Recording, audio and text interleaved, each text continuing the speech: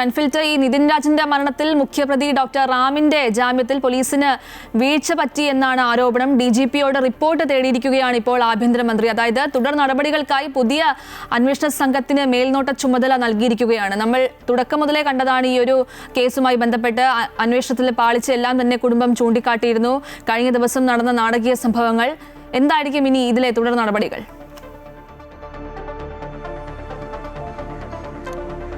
ഗോപിക, ആഭ്യന്തര വകുപ്പിന് അത്രയേറെ നാണക്കേടും അത്രയേറെ ആക്ഷേപവും കേട്ടൊരു വിഷയമായിരുന്നു നിതിൻ രാജിന്റെ മരണവുമായി ബന്ധപ്പെട്ട് ഡോക്ടർ റാമിനെ കസ്റ്റഡിയിലെടുക്കാനോ അറസ്റ്റ് ചെയ്യാനോ കഴിയാതിരുന്നത്. 3 മാസത്തോളം ഒളിവിൽ കഴിയുകയായിരുന്നു ഡോക്ടർ റാം. കേസിലെ മുഖ്യപ്രതിയാണ് ഡോക്ടർ റാം.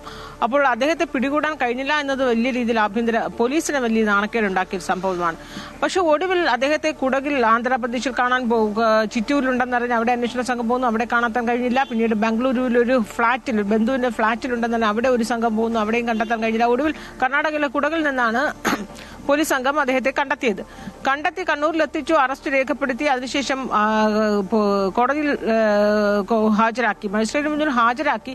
ഈ ഹാജരാക്കുമ്പോൾ അദ്ദേഹത്തിന് ജാമ്യം ലഭിച്ചു. അപ്പോൾ ഈ ജാമ്യം ലഭിച്ചതിൽ പോലീസിന്റെ ഭാഗത്ത്, അന്വേഷണ സംഘത്തിന്റെ ഭാഗത്ത് നിന്ന് ഗുരുതരമായ ഒരു വീഴ്ച സംഭവിച്ചിരിക്കുന്നു എന്നാണ് ഇപ്പോൾ പോലീസിന് പരാതി ലഭിച്ചിരിക്കുന്നത്. പോലീസിന് നേരെ ഉണ്ടാകുന്ന ഒരു ആക്ഷേപം എന്ന് പറയുന്നതാണ്, എവിടെയോ ഒരു അട്ടിമറി നടന്നിട്ടുണ്ട്, അല്ലെങ്കിൽ ഒരു കാരണവശാലും ഈ കേസിൽ ഒന്നാം പ്രതിയായിരിക്കുന്ന റാം, 3 മാസത്തോളം ഒളിവിൽ കഴിഞ്ഞിരുന്ന റാമിന് ഒരിക്കലും കോടതി ജാമ്യം അനുവദിക്കാൻ പാടില്ല. കാരണം ഈ കേസിൽ ആദ്യം മുതൽ തന്നെ ഈ റാം മുഖ്യപ്രതിയാണ്.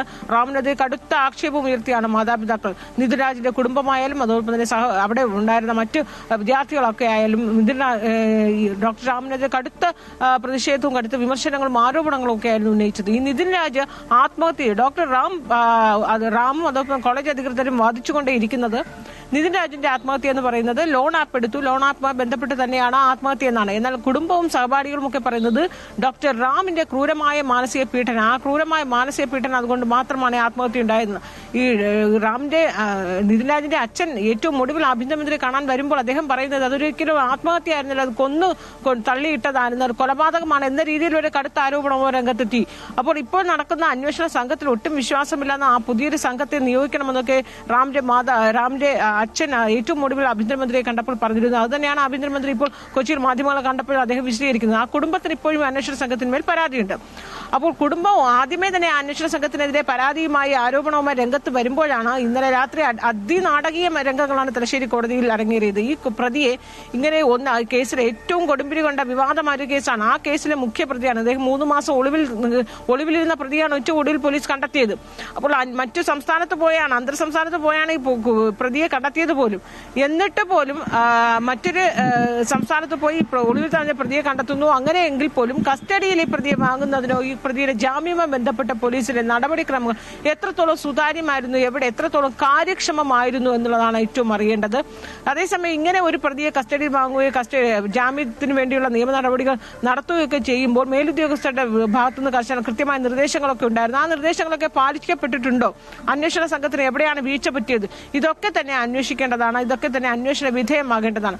അപ്പോൾ ഈ വീഴ്ച പറ്റിയ ഉദ്യോഗസ്ഥരുണ്ടെങ്കിൽ അവരെ ഇപ്പോൾ നിലവിൽ മാറ്റി ആലപ്പുഴ SP, ക്രൈംബ്രാഞ്ച് SP ആയിരിക്കുന്ന മോഹനചന്ദ്രന്റെ നേതൃത്വത്തിലുള്ള സംഘമാകും ഇനി അന്വേഷിക്കുക. ഇതിന്റെ മേൽനോട്ടം SP IG അജിത ബീഗത്തിന്, ക്രൈംബ്രാഞ്ച് IG ആയിരിക്കുന്ന അജിത ബീഗത്തിന്റെ മേൽനോട്ടത്തിലുള്ള ഒരു സംഘത്തെയാണ് ഇപ്പോൾ ചുമതലപ്പെടുത്തിയിരിക്കുന്നത്. SP മോഹനചന്ദ്രനാണ് അന്വേഷണത്തിന്റെ നേരിട്ട് അദ്ദേഹത്തിന്റെ മേൽനോട്ടത്തിലായിരിക്കും അന്വേഷണം നടക്കുക. അപ്പോൾ ഈ പുതിയ അന്വേഷണ സംഘത്തെ എന്തായാലും മാറ്റിയിട്ടുണ്ട്. ഇന്നലെയാണ് ഇതിൽ തീരുമാനമായത്. ഉത്തരവുടൻ പുറത്തിറങ്ങുമെന്നാണ് നമ്മൾ പ്രതീക്ഷിക്കുന്നത്. അപ്പോൾ നിലവിൽ പുതിയ അന്വേഷണ സംഘം അന്വേഷിക്കുക. അപ്പോൾ നിലവിൽ ഇപ്പോൾ അന്വേഷിച്ചുകൊണ്ടിരിക്കുന്ന അന്വേഷണ സംഘത്തിന് ഗുരുതരമായ വീഴ്ച ഉണ്ടായിട്ടുണ്ട് എന്ന് തന്നെയാണ് ആഭ്യന്തര മന്ത്രി അടക്കം പറയുന്നത്. അങ്ങനെ വീഴ്ച ഉണ്ടായിട്ടുണ്ടെങ്കിൽ അത് പരിശോധിക്കുമെന്നാണ്. അപ്പോൾ ആ അന്വേഷണ സംഘത്തിന്മേൽ വലിയ രീതിയിലുള്ള ആരോപണം നിലനിൽക്കുന്നുണ്ട്.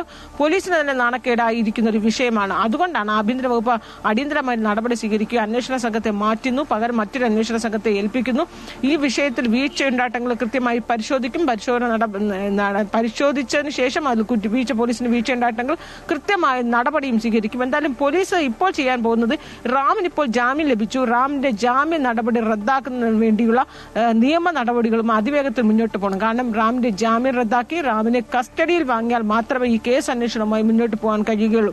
കാരണം നിലവിൽ ഇപ്പോൾ ഇരിക്കുന്നത് ഇത് ലോൺ ആപ്പുമായി ബന്ധപ്പെട്ട ആത്മഹത്യയല്ല. ആത്മഹത്യയാണെങ്കിൽ അതിനൊരു പ്രേരണയുടെ മുഖ്യ കാരണക്കാരൻ കോളേജ് അധികൃതരാണ്. അതിൽ മുഖ്യ സ്ഥാനത്ത് നിൽക്കുന്നത് ഡോക്ടർ റാം തന്നെയാണ്. അപ്പൊ റാമിന്റെ മാനസിക പീഡനയും മാനസിക ബദ്ധയും താങ്ങാനാകാതെയാണ് ഈ വിദ്യാർത്ഥി ആത്മഹത്യ ചെയ്തത് എന്ന രീതിയിൽ തന്നെയാണ് വാദം ഇപ്പോൾ നിൽക്കുന്നത്. പക്ഷെ അങ്ങനെ ഒരു രണ്ട് വാദങ്ങൾ നിലനിൽക്കുമ്പോൾ ഇതിൽ എന്താണ് നിജസ്ഥിതി എന്ന് അറിയണമെങ്കിൽ റാമിനെ കസ്റ്റഡിയിലെടുത്ത് ചോദ്യം ചെയ്തേ മതിയാകൂ. അത്രയേറെ പ്രമാദമായ ഒരു കേസിൽ മുഖ്യപ്രതിയായിരിക്കുന്ന ആളെ കിട്ടിയിട്ടും അത് ജാമ്യ നടപടികൾ പോലീസിന്റെ ഭാഗത്തുനിന്ന് വീഴ്ചയുണ്ടായി.